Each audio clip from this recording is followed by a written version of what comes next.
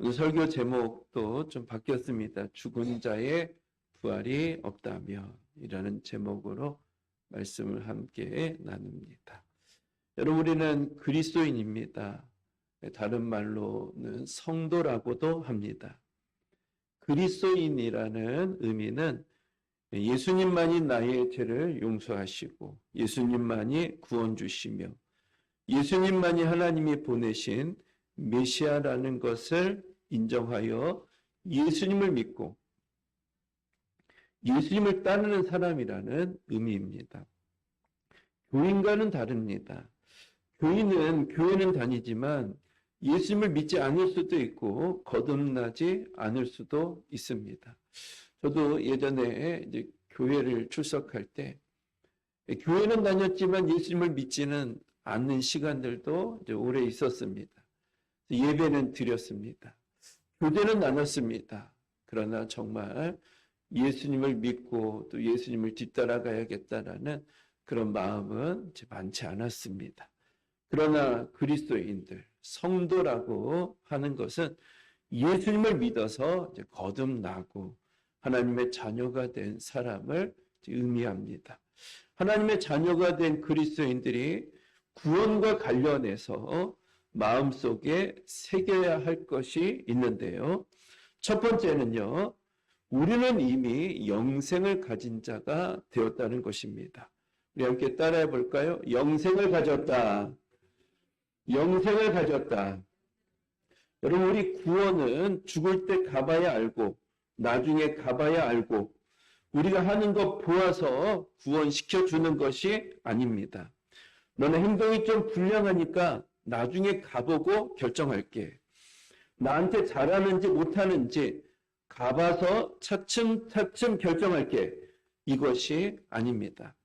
예수를 믿으면 이미 하나님의 자녀가 된 것이고 영생을 얻고 천국 백성이 된 것입니다. 요한복음 5장 24절 말씀 보니까요.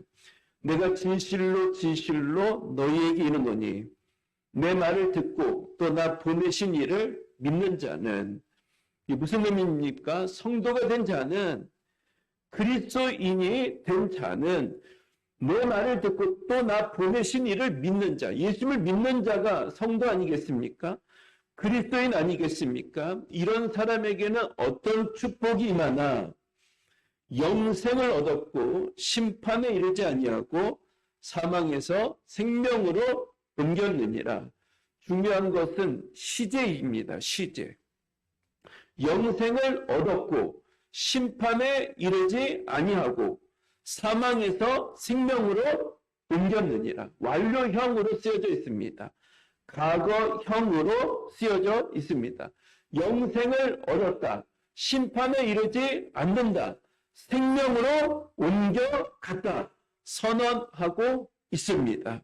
법원에서 1심, 2심, 3심 판결이 나고 대법원에 가서 최종적으로 판결이 났습니다. 당신은 무죄입니다. 그럼 이미 끝난 것이죠. 번복할 수 없습니다. 최종 결정이 내려졌는데 어떻게 번복할 수 있겠습니까? 마찬가지입니다. 영생을 얻었다. 심판에 이르지 않는다. 사망에서 생명으로 옮겨갔다. 이미 판결이 난 것입니다. 그럼 우리는 이미 구원 받은 것입니다. 요한복음 1장 12절 말씀에도 보니까요. 영접하는 자, 곧 그 이름을 믿는 자들에게는 하나님의 자녀가 되는 권세를 주셨으니, 영접하는 자, 곧 그 이름을 믿는 자들, 누굽니까? 성도가 된 사람들이죠. 그리스도인들을 의미하는 것입니다. 이런 사람들에게 주시는 특권이 뭡니까? 하나님의 자녀가 되는 권세를 주셨으니, 마찬가지로 완료형입니다. 과거형입니다. 하나님의 자녀가 된 것입니다. 자녀가 됐으면 어디 갑니까? 우리 자녀들이 낮에는 열심히 놀다가 저녁에 가면 어디 갑니까? 집에 갑니다. 하나님의 자녀는 어디 갑니까? 아버지의 집에 가는 겁니다. 그것이 어디죠? 천국입니다. 천국. 이미 하나님의 자녀가 되는 권세를 주셨으니, 그러니까 하나님의 자녀가 되고 성도가 됐으면 이미 우리는 영생을 얻었고 천국에 가게 된 것이고 구원받은 것입니다. 에베소서 2장 4절, 5절 말씀에도 보니까요. 긍휼이 풍성하신 하나님이 우리를 사랑하신 그 큰 사랑을 인하여 허물로 죽은 우리를 그리스도와 함께 살리셨고 너희는 은혜로 구원을 받은 것이라. 여기도 보면 시제가 뭡니까? 그 크신 사랑을 인하여 허물로 죽은 우리를 그리스도와 함께 살리셨다. 너희는 은혜로 구원을 받을 것이다, 받은 것이다. 받은 것이다 라고 선언하고 계십니다. 예수님을 믿어 하나님의 자녀가 된 사람은 이미 구원받은 것입니다. 천국 백성이 된 것입니다. 우리는 반드시 천국에 갑니다. 우리가 구원받았지만 때로는 시험에 들기도 하고 죄짓고 넘어질 때도 있지 않습니까? 그럼 내 행위가 그것밖에 안 되니까 구원 취소다. 너 같은 인간은 도무지 구원을 준 것이 아깝기 때문에 내가 몰수하겠다. 맞습니까? 여러분 그런 복음이 아닙니다. 구원은 우리의 행위에 의해서 왔다 갔다 할 수 없는 것입니다. 예수 그리스도를 믿어 하나님의 자녀가 된 사람은 이미 구원받은 겁니다. 천국 백성이 된 것이고 영생을 받았습니다. 목사님 그래도 가봐야 알죠. 예. 어떻게 알겠습니까? 그럼 우리가 믿는 게 뭡니까? 우리 느낌을 믿습니까? 우리 감정을 믿습니까? 하나님의 말씀을 믿습니까? 우리 하나님의 말씀을 믿는 사람들입니다. 하나님이 그렇다고 하면 그런 줄 아는 겁니다. 맞다고 하면 맞는 것이고 하나님이 아니라고 하면 아닌 것입니다. 가라고 하면 가는 것이고 멈추라고 하면 멈추라는 겁니다. 신앙생활 하는데 구원에 확신이 있어야지. 내가 정말 구원받았나? 내가 정말 천국에 가나 못 가나? 그 상태 속에서만 머물러 있으면 어떻게 신앙생활 할 수 있겠습니까? 저 확신이 없는데 기도를 어떻게 할 수 있겠으며 구원에 확신이 없는데 전도는 어떻게 할 수 있겠습니까? 확신이 있어야 태어나는 것이고 그 다음에 성장하고 성숙하고 자라나는 것이지 확신이 없는데 내가 이제 구원 받았나 안 받았나 늘 맨날 그 상태에만 머무를 수밖에 없는 거 아니겠습니까?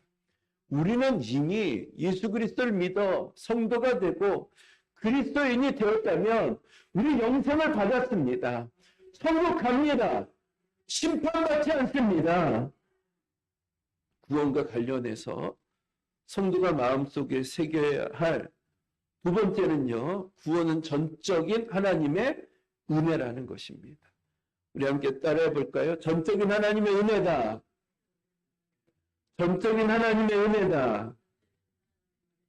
그럼 구원은 우리가 착하게 살아서 배고픈 자 도와주고 교회 헌금 많이 하고 정직하게 살고 죄짓지 않아서 주어진 것이 아닙니다.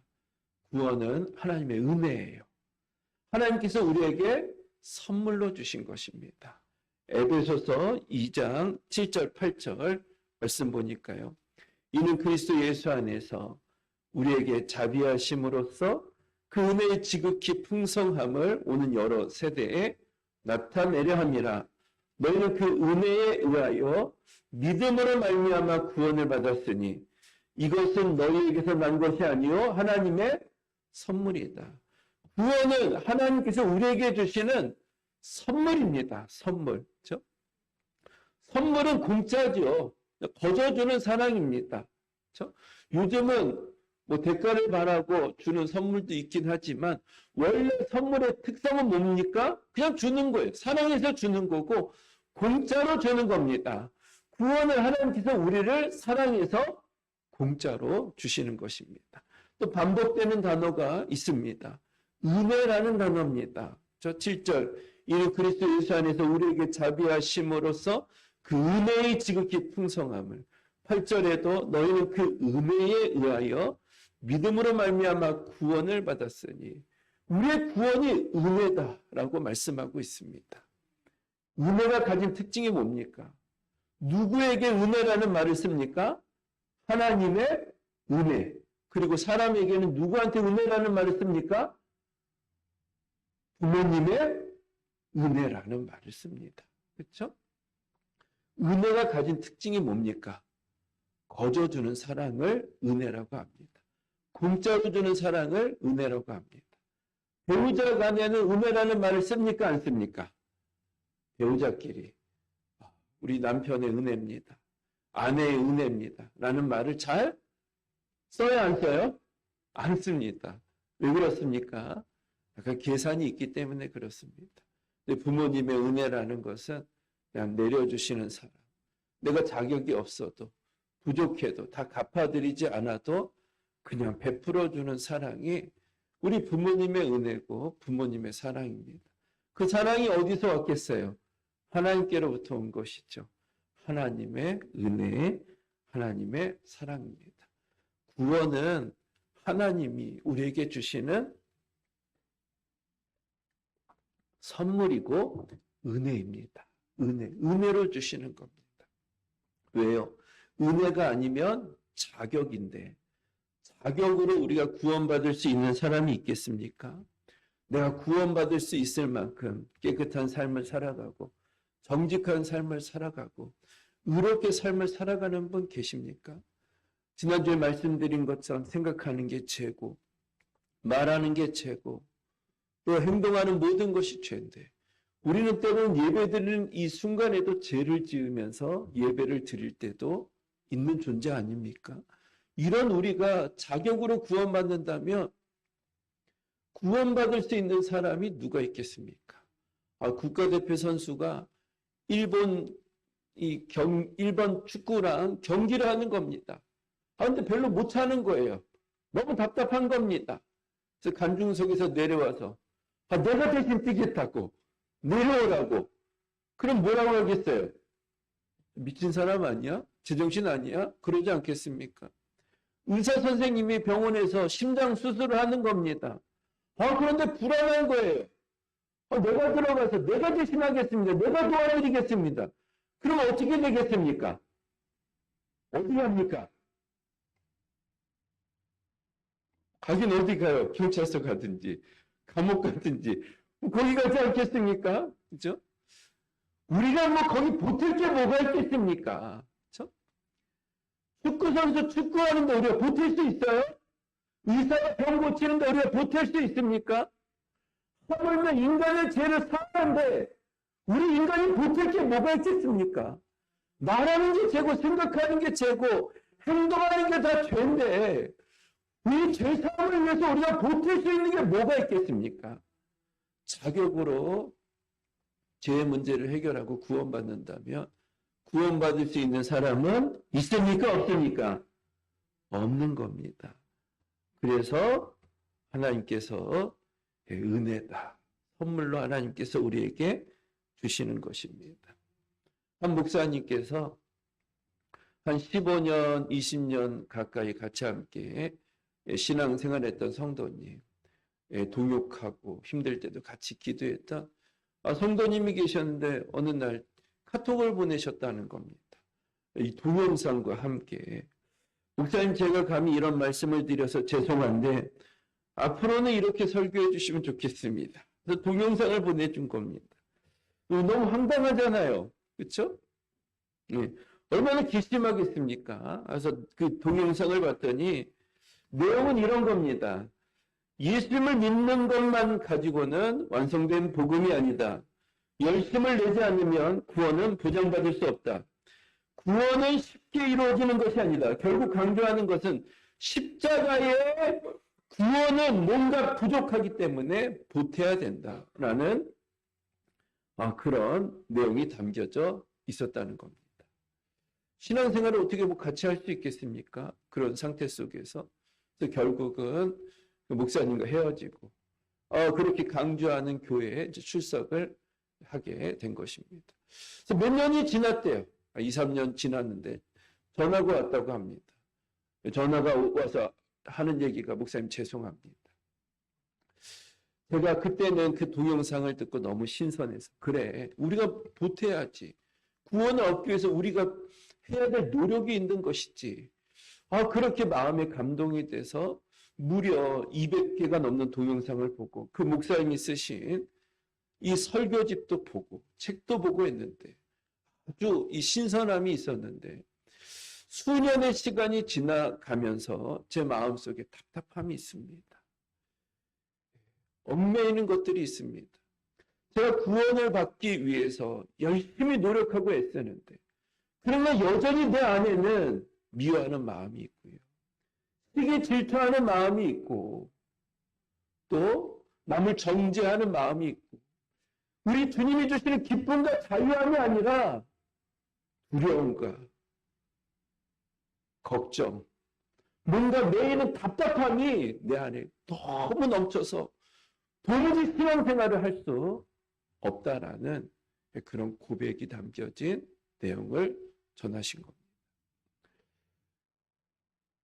결국 그래도 그 교회 다시 돌아올 수 있겠습니까?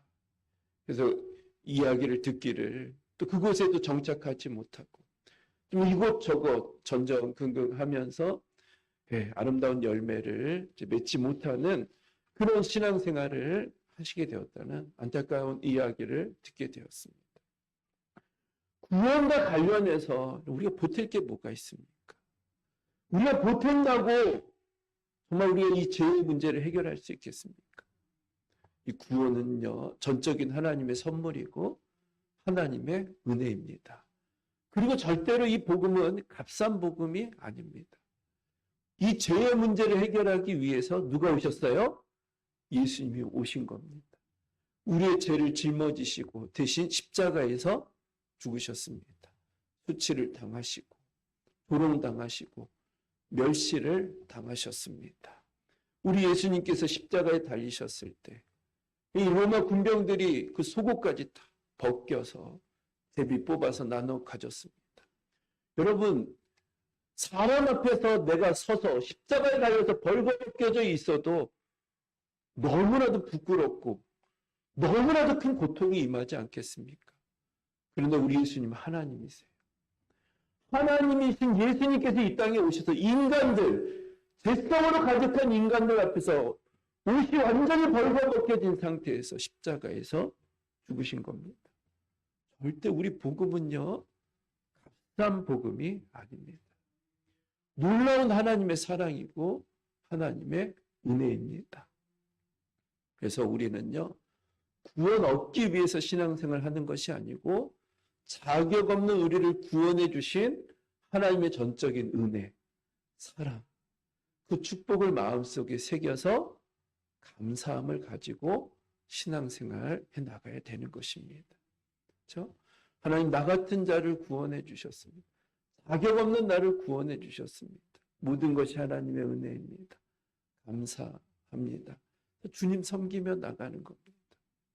예전에 차를 타고 길을 가는데 아줌마 부대인지 할머니 부대인지 물이 져서 막 길을 걸어가고 있는 겁니다. 옷도 비슷한 옷을 입었어요. 약간 푸른색, 초록색이나 푸른색 그런 옷을 입고 깃발을 들고 가는 겁니다. 깃발을 들고 막 가는 거예요. 저분들이 뭔가 옷은 다 초록색 옷을 입고 깃발을 들고 막 가다 보니까 뭐 하는 분들이야. 할머니들, 아줌마들 같이 길을 거기 자세히 봤더니 거기 깃발에 뭐라고 써 있는데 봤더니 우리는 영웅시대. 봤더니 인명이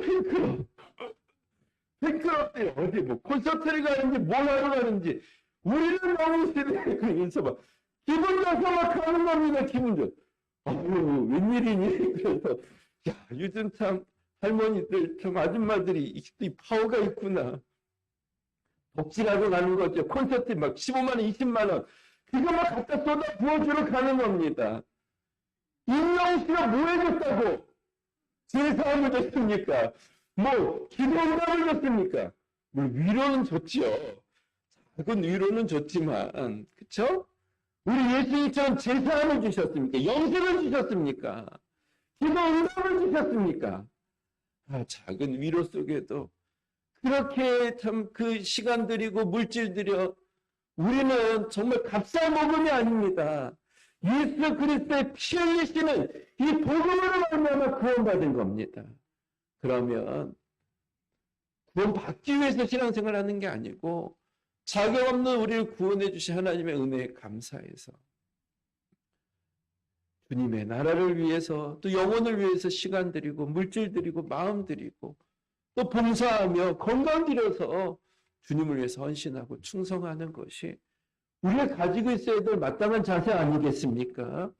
그렇게 또 믿음으로 주의 길 가는 저 여러분들 되시길 예수님의 이름으로 축복을 드립니다.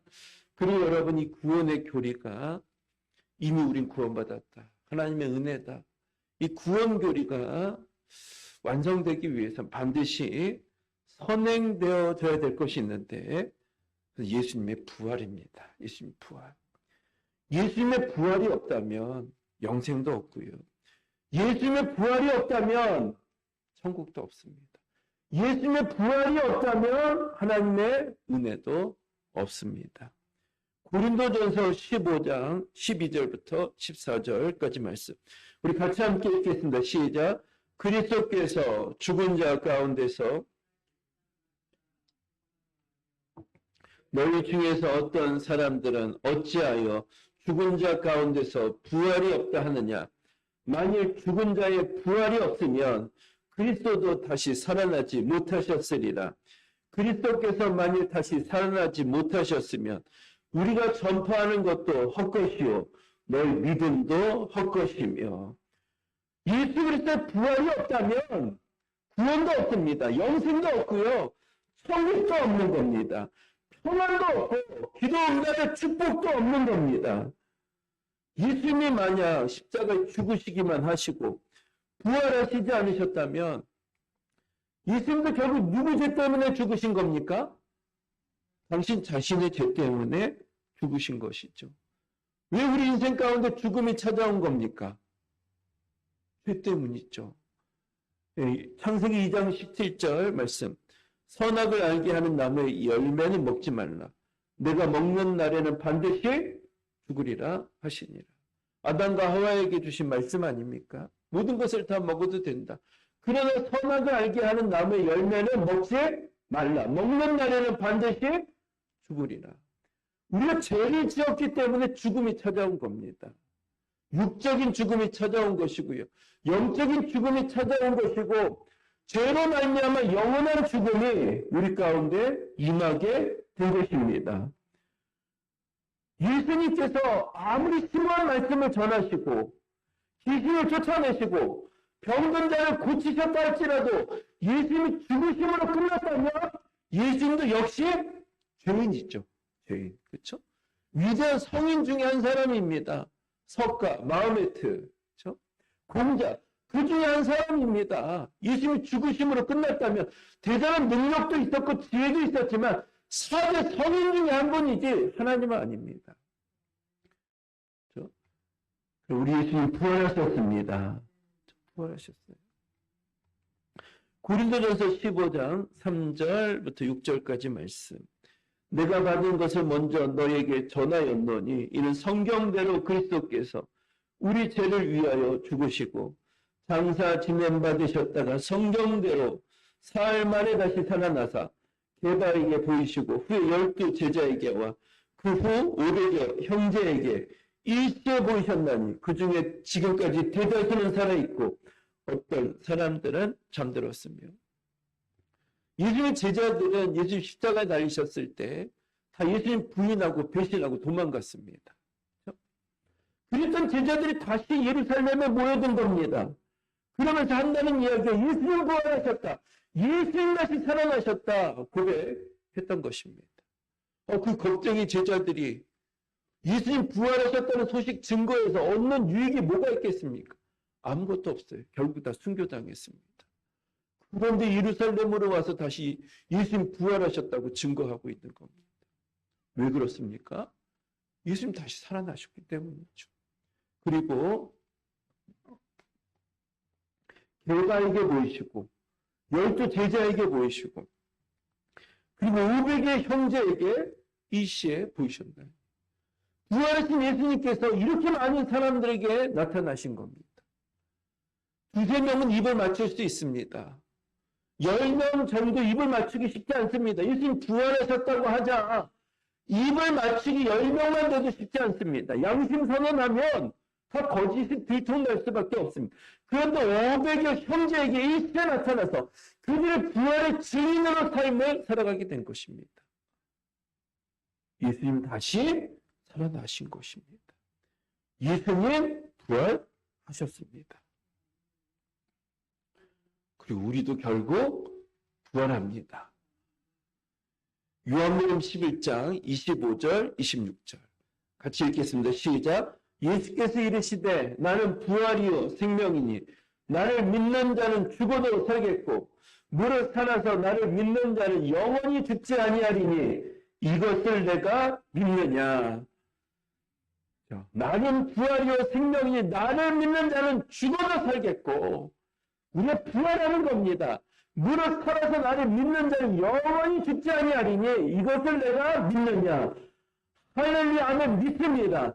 우리는 모두 부활합니다. 부활해요. 네. 일주일 전에 부활이요 죽었다가 다시 살아나는 겁니다. 그렇죠? 죽은 지 사흘 만에 다시 살아나서 믿는 자는 죽어도 살겠고 죽지 않고 그냥 사는 게 아니고 우리 이미 죽습니다. 그러나 다시 살아나는 것 부활인 겁니다. 일주일 전에 죽으셨던 분 계시잖아요. 상황이 죽을 만큼 상황이 힘들었던 분 계시잖아요. 그런데 오늘 부활절 어때요? 다시 살아나지 않으셨습니까? 한 달 전에 죽으셨는데 어때요? 다시 살아났잖아요. 우리 다시 살아나는 겁니다. 그리고 우리 첫째 죽음 다 죽습니다. 부활이여 죽지 않는 게 아닙니다. 다 죽습니다. 우리 첫 번째 죽음 다 그러나 둘째 죽음에 이르지 않습니다.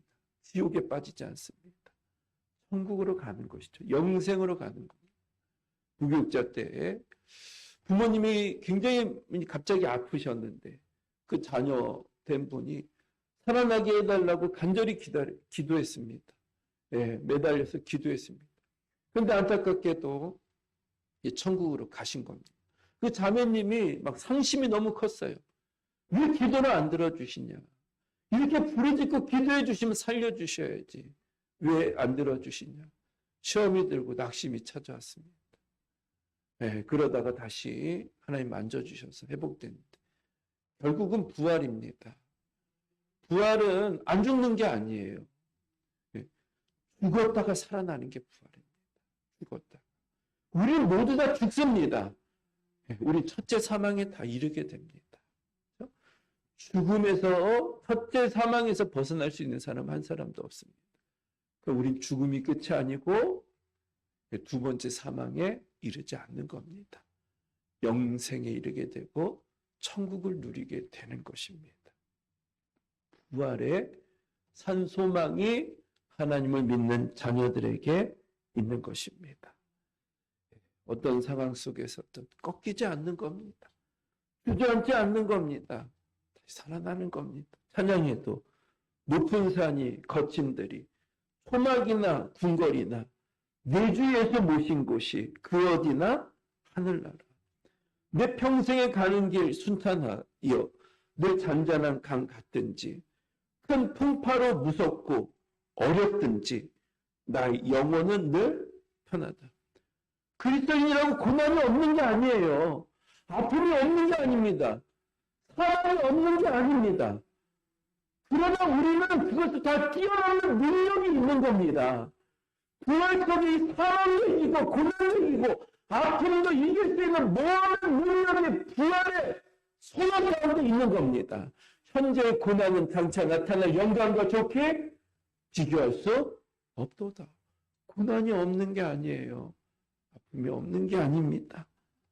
그러나 고난 후에 주실 영광이 있는 것이고요. 축복이 있는 겁니다. 그래서 사도 바울이 고린도전서 15장 55절부터 57절 이렇게 선포합니다.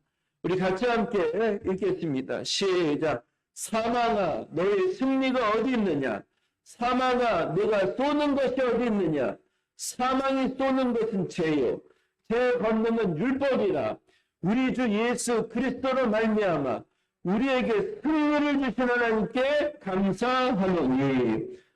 할렐루야. 우리 승리합니다. 우리 반드시 승리합니다. 이미 승리했습니다. 앞으로 승리합니다. 우리는 그래서 승리를 주신 하나님께 감사해서 신앙생활을 하는 겁니다. 그리고 나중에 천국에 올라가서 받을 상을 바라보며 믿음의 길을 가는 겁니다. 천국이 더 좋다면 주님 바로 구원받고 천국에 가게 하시지. 왜 이 땅에 더 살게 하십니까? 그렇다면 상이 없을 겁니다. 저는 막 개판으로 살다가 예수님 만나서 이제 구원받았기 때문에 바로 천국 가면 천국에 가서 받을 상이 어디 있겠습니까? 그래서 지금은 부족하지만 이렇게 쓰임받고 또 섬기고 또 하나님께 상을 쌓는 거 아니겠습니까? 마태복음 6장 20절 너희를 위하여 보물을 하늘에 쌓아두라. 마태복음 5장 12절 너희의 상이 하늘에서 큼이라. 마태복음 10장 41절 선지자 이름으로 선지자를 영접하는 자는 선지자의 상을 받을 것이요 의인의 이름으로 의인을 영접하는 자는 의인의 상을 받을 것이요. 하늘에 상이 있는 겁니다. 우리 영원한 영생을 누리고 천국의 상을 받는 겁니다. 부활의 소망을 붙들고 믿음의 길을 걸어가서 고난이 없다고 말씀하지 않으세요. 아픔이 없다고 말씀하지 않으세요. 죽음이 없다고 말씀하지 않으십니다. 그런 거 있습니다. 그러나 우리에게는 그걸 뛰어넘는 부활이 있는 겁니다. 영원한 하나님의 나라에서 주실 상을 바라보며 또 인내하시고 좌로나 우로나 치우치지 마시고 주님 바라보시며 부활 신앙 가지고 승리하며 나가는 저와 여러분들 되시길 예수님의 이름으로 축복을 드립니다.